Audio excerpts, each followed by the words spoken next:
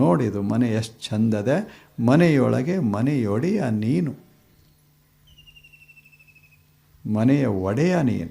ನೀನೇ ಮಾಲೀಕ, ನಿನ್ನ ಮನೆಗೆ ನೀನೇ ಮಾಲೀಕ. ಈಗ ನನ್ನ ದೇಹಕ್ಕೆ ನೀವು ಮಾಲೀಕರೇನು? ನಿಮ್ಮ ದೇಹಕ್ಕೆ ನಾನು ಮಾಲೀಕೇನು? ಅಲ್ಲ, ನಾನು ಬಳಸ್ತೇನೆ ಶರೀರ, ನೀವು ನನ್ನ ಶರೀರ ಬಳಸಲಿಕ್ಕಾಗ್ತದೇನು? ಕೈ ಎತ್ತು ಅಂತ ನೀವು ನಿಮ್ಮ ಮನಸ್ಸಿನಾಗ ಹೇಳಿದರೆ ನಾ ಯಾಕೆ ಕೈ ಎತ್ತಲಿ? ನನ್ನ ಮನಸ್ಸು ಹೇಳ್ತು ಅಂದರೆ ನನ್ನ ಕೈ ಮ್ಯಾಲೆ ಬರ್ತದೆ. ಯಾವ ದೇಹವು ಇನ್ನೊಬ್ಬರ ಮಾತು ಕೇಳುವುದಿಲ್ಲ. ನಮ್ಮದು ಇದಕ್ಕೆ ನಮ್ಮದು ಅಂತ ಕರೀತಾರೆ.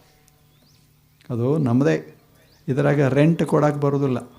ರೆಂಟ್ ಅಂದರೆ ಬಾಡಿಗೆ ಕೊಡೋಕ್ಕೆ ಬರೋದಿಲ್ಲ. ಆಯ್ತು, ನಂದೊಂದಿಷ್ಟು ಶರೀರ ನೀನು ಬಾಡಿಗೆ ತಗೋ ಅಂತ ಕೊಡೋಕ್ಕಾಗ್ತದೆ? ಆಗ್ತದೇನು ಹೇಳಿ? ಅಥವಾ ಈ ಮನೆ ಬಿಟ್ಟು ಇನ್ನೊಂದು ಮನೆಗೆ ಹೋಗ್ತೀನಿ ಅಂದರೆ ಯಾರೇ ಕೊಡ್ತಾರೆ?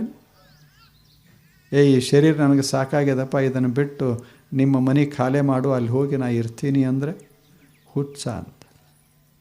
ನಿಮ್ಮ ಮನೆ ನಿಮ್ಮದೇ, ಸಾಯೋತಕ ನಿಮ್ಮದೇ. ನನ್ನ ಮನೆ ನಂದೇ, ಸಾಯೋತಕ ಅದು ಹ್ಯಾಂಗೆ ಹಾಕಿರೋಲ್ಲ, ಅದದು ಮನೆ. ಅದಕ್ಕೆ ಇದನ್ನು ಕೊಡೋಕ್ಕೂ ಬರೋಂಗಿಲ್ಲ, ಬಾಡಿಗೆ ತಗೊಳಕ್ಕೂ ಬರೋಂಗಿಲ್ಲ. ಇಷ್ಟು ಮಾಲೀಕರು ನಾವು.